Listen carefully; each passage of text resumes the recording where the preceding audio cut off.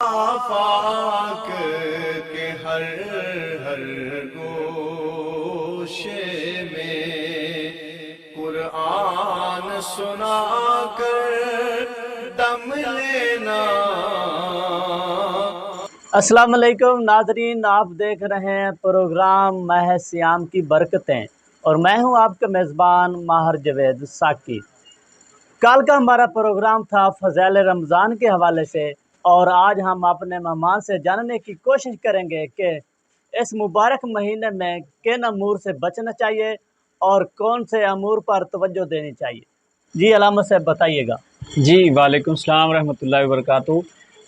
جناب محترم ہوسٹ صاحب ساکی صاحب، بہت شکریہ۔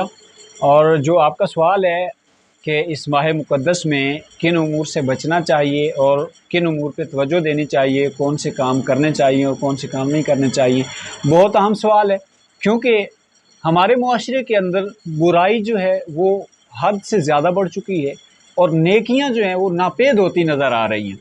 اس موقع پہ ضرورت اس امر کی ہے کہ امت مسلمہ بحیثیت مجموعی اس کو ایسے کام کرنے چاہیے جس سے معاشرے میں بھی بھلائی ہو اور بحیثیت دین اسلام ہمیں اللہ رب العزت کا قرب بھی نصیب ہو۔ تو اس حوالے سے میں چند چیزیں اس موجودہ دور کی مشکلات کے حوالے سے بھی عرض کروں گا کہ کون سے کام کیے جائیں اس رمضان المبارک کی برکتوں کی وجہ سے۔ اللہ رب العزت چونکہ رمضان المبارک میں ہر کام میں برکت نازل فرما دیتا ہے اور چاشنی بڑھ جاتی ہے، عبادت کا سرور بھی بڑھ جاتا ہے، اجر و ثواب بھی بڑھ جاتا ہے۔ تو اس حوالے سے میں چند گزارشات عرض کرنے کی جسارت کروں گا۔ ساکی صاحب، جس طرح کے مہنگائی نے کمر توڑ رکھی ہے، مہنگائی کی شدت ہے، اور جو رمضان المبارک ہے اس کے اندر ایک حیثیت سے دیکھا جائے تو غرباء کی محبت بھی پیدا ہوتی ہے۔ رمضان کے جو روزے اللہ نے فرض کیے ہیں اس کی وجہ اللہ تعالیٰ اپنے بندے کو بھوکا دیکھنا نہیں چاہتا۔ انسان کا بھوکا رہنا یا سیر ہونا یہ اللہ تعالیٰ کو اس کی کوئی ضرورت نہیں ہے۔ اللہ تعالیٰ تو اپنے بندے کو اپنے قریب کرنا چاہتا ہے اور انسانیت کا جو محبت کا درس ہے وہ پیدا کرنا چاہتا ہے۔ خلاق عالم نے جو رمضان المبارک کے روزے فرض کیے ہیں ان میں ایک حکمت یہ بھی ہے کہ جب بندہ صبح کے وقت سحری کرنے کے بعد روزے کی نیت کر لیتا ہے اور اس کے بعد دن بھر وہ بھوکا اور پیاسا رہتا ہے، اس کے سامنے پانی ہے مگر وہ پیتا نہیں ہے، اس کے سامنے کھانا ہے مگر وہ کھاتا نہیں ہے، وہ ساری چیزیں جو پہلے وہ کھاتا تھا پیتا تھا جائز تھی، حلال تھی، مگر اب جائز اور حلال ہوتے ہوئے بھی وہ اپنے اوپر حرام سمجھتا ہے۔ یعنی جب کھانا کھاتا تھا حلال طریقے سے جائز تھا، اب روزے کی وجہ سے وہ اس کو اپنے اوپر حرام کر رہا ہے جب تک اس کو روزہ ہے۔ اب اگر وہ تنہا بھی ہے تو پھر بھی وہ ان ساری چیزوں سے بچ رہا ہے کیونکہ وہ خوف خدا دل میں لیے ہوئے ہے۔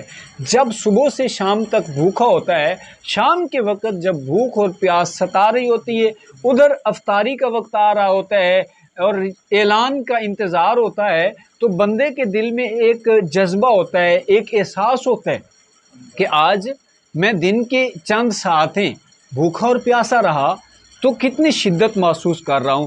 تو اس کے دل میں ایک درد جاگتا ہے کہ جو لوگ غربت کے پسے ہوئے ہیں، غربت نے جن کو چور چور کر دیا ہے، جن کے گھروں میں فاقے ہیں، جو بچوں کے لیے کھانا تیار نہیں کر سکتے، تو اس کے دل میں ان کی محبت پیدا ہوتی ہے۔ پھر جب اللہ اسے رزق حلال عطا کرتا ہے تو پھر وہ غرباء میں بھی تقسیم کرتا ہے۔ اسی طرح یہ فطرانہ جو دیا جاتا ہے رمضان المبارک میں، یہ بھی اسی کی ایک کڑی ہے۔ تو میں آج کے اس پروگرام میں ناظرین کو ایک التماس کروں گا کہ جو مہنگائی کی صورتحال ہے، اس صورتحال میں ہمیں چاہیے جو لوگ استطاعت رکھتے ہیں، جن کے پاس وافر مقدار میں کھانا موجود ہے، جو کچھ ہے وہ غریبوں میں بانٹیں، غریبوں کے ساتھ ہمدردی کریں، غریبوں کے بچوں میں وہ چیزیں تقسیم کریں تاکہ بچے بھی آپ کے ساتھ رمضان کی خوشیوں میں شامل ہو سکیں۔ اور بہت ساری باتیں ایسی ہیں، اجتماعی عبادات کا جو سلسلہ ہے ان میں بھی زیادہ سے زیادہ حصہ لیں، کیونکہ موقع ہے جب معاشرے میں لوگ زیادہ نیکی کی طرف بڑھ رہے ہوتے ہیں تو دیکھا دیکھی اور لوگ بھی شامل ہو جاتے ہیں۔ تو جب ہم اپنے محلے کی مسجد میں نماز کی ادائیگی کے لیے جائیں گے تو ہمیں دیکھ کے دوسرے نوجوان اور بزرگ بھی جائیں گے، بچے بھی جائیں گے، تو ہماری نیکی کی وجہ سے دوسرے لوگ بھی نیکی میں شامل ہوئے۔ حکم ہے کہ نیکی کا حکم دینے والا، نیکی کی طرف بلانے والا ایسے ہے جیسا نیکی کرنے والا ہے۔ تو جب ہماری وجہ سے کوئی نیکی کی طرف آئے گا تو رمضان المبارک کی برکتوں کی وجہ سے ہمیں اجر و ثواب بھی زیادہ ملے گا۔ اور کن کاموں سے بچنا چاہیے وہ بھی میں عرض کر دیتا ہوں، کیونکہ ہمارے معاشرے میں لغویات بہت زیادہ ہو چکی ہیں، بات بات پہ جھوٹ بولنا بہت زیادہ ہو چکا ہے، لوگ وقتی یہ ہنسانے کے لیے جھوٹ بولتے ہیں۔ یہاں میں حدیث پاک عرض کرنا چاہتا ہوں، نبی علیہ السلام کا فرمان مبارک فرمایا، جس نے لوگوں کو ہنسانے کے لیے جھوٹ بولا کل بروز محشر اسے جہنم میں اوندھے بل جو ہے وہ گھسیٹ کے ڈال دیا جائے گا۔ تو کتنی بڑی بات ہے، حضور علیہ السلام نے کس طرح سے جھوٹ سے منع فرمایا۔ کوشش کریں کہ اگر آپ کی زبان پہ پہلے جھوٹ آتا ہے تو کوشش کریں اس مبارک مہینے کی برکت سے جھوٹ سے بچ جائیں۔ اگر آپ لوگ نماز کی طرف نہیں جاتے تو کوشش کریں نماز کی طرف جانا شروع کر دیں۔ اسی طرح کسی کی اگر غیبت کرتے ہیں یا چوری کی بری عادت ہے کسی کے اندر تو ان سے بچ جائیں۔ اور سب سے جو اہم بات ہے، اپنی زبان کو خاموش رکھنے کی عادت اپنائیں، چونکہ ہم جب زیادہ بولتے ہیں تو زیادہ غلطیاں کرتے ہیں، جتنا کم بولیں گے اتنا غلطیوں سے محفوظ رہیں گے۔ تو کوشش کریں قفل مدینہ لگائے رکھیں، زیادہ وقت خاموشی اختیار کریں۔ زیادہ بولنے سے آپ غلط بول سکتے ہیں، جب بھی بولیں اچھا بولیں، برا نہ بولیں، محدود بولیں، ضرورت کے مطابق بولیں، لغویات سے بچے رہیں اور وہ کام کریں جو دنیا میں بھی فائدہ دے اور آخرت میں بھی فائدہ۔